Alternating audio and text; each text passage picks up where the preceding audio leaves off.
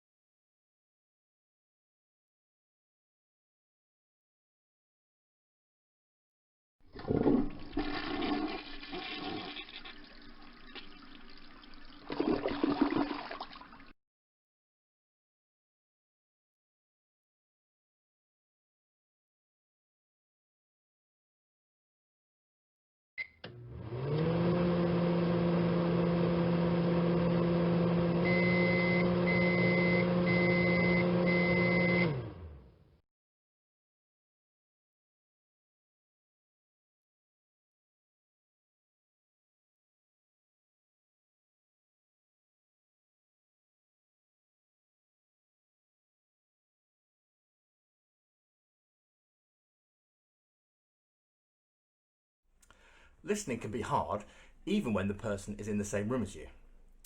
For Christians, the idea of listening to God is even harder, given that you can't see him. So how on earth can Christians say that they listen to God? We're going to watch the story of Paul, who wrote quite a few letters in the Bible, and who was one of the key people who started to spread the Christian faith. Look out for how God spoke to him. Stories of the Bible. Paul. This is Saul. Saul was a Pharisee who hated the followers of Jesus so much that he would hunt them down to be brought to trial in Jerusalem. And he would even seek to murder them.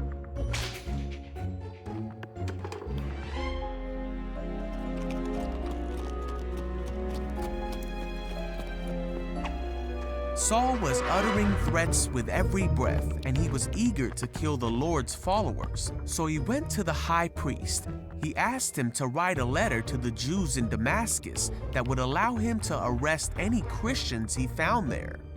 He wanted to bring them, both men and women, back to Jerusalem in chains.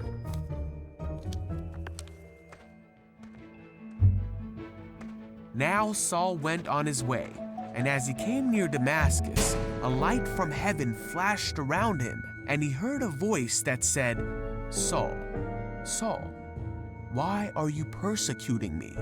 Saul cried out, "Who are you, Lord?" And the voice said, "I am Jesus. Rise and go into the city, and you will be told what to do." So Saul got up and he opened his eyes, but he couldn't see anything. So the men who were with Saul led him into the city. After 3 days, a man named Ananias came to Saul. He put his hands on Saul, and immediately Saul could see again. And with that, Saul became a follower of Jesus. He became the very thing he had tried to hunt. And he immediately began telling people that Jesus is the Son of God. And he taught them about the mercy of God that he had received. And all who heard him were amazed.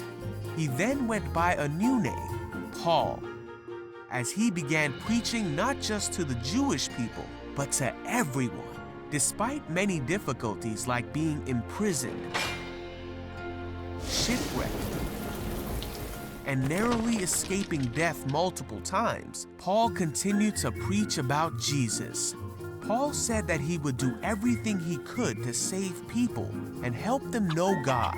And that's just what he did in order to reach people who would otherwise be unreached. And many came to know Jesus because of what Paul said. Paul taught many in his day through his letters, but even more have come to learn more about Jesus through the letters of Paul that can be read even to this day.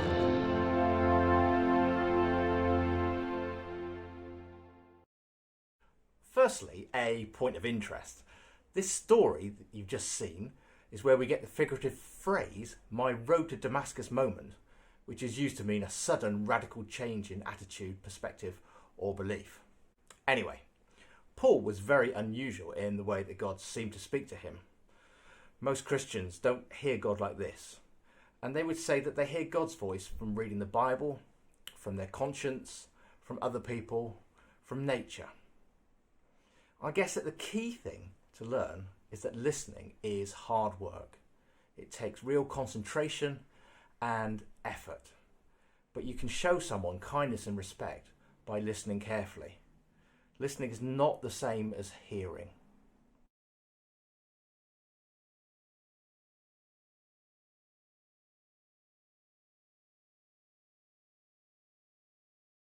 Today's song is called Secrets. Now, we sang this before half term, and of course to hear a secret you need to listen carefully.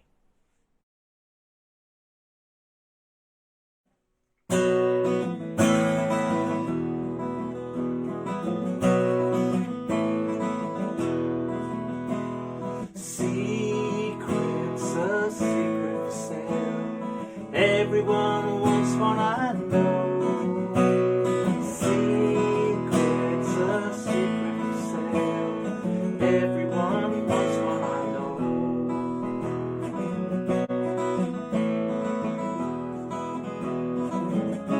How much will you pay me? Will you make it worthwhile? But until then, maybe. Oh, secrets will sell. Secrets, a secret for sale. Everyone wants one, I know. Secrets, a secret for sale. Everyone wants one, I know.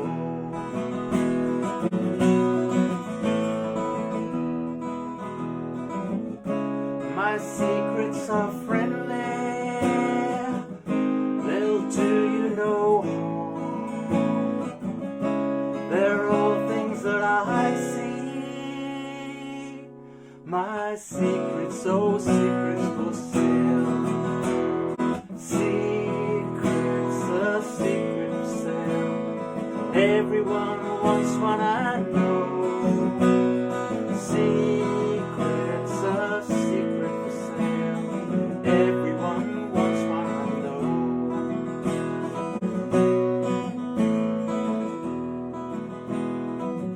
Well, a warning to robbers and a warning to thieves. These secrets are written on my memory. Secrets, a secret for sale. Everyone wants one, I know. Secrets, a secret for sale. Everyone wants one, I know.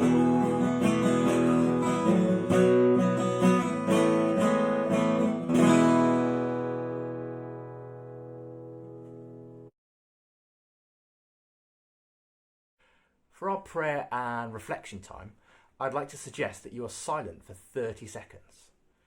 Listen to the sounds around you. You may find it helpful to shut your eyes. And at the end of the 30 seconds, why not pause the video and talk to the people around you about what you heard and what you felt.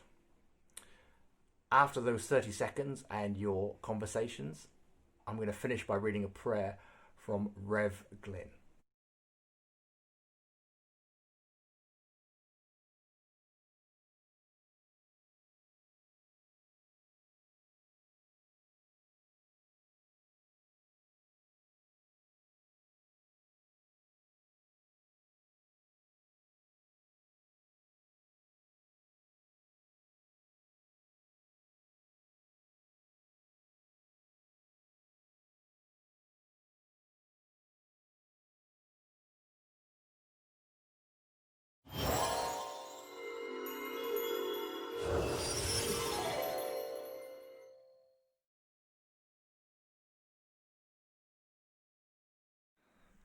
Loving God, you speak through creation, through the people we meet, the sights we see, the things we hear, and the experiences we go through.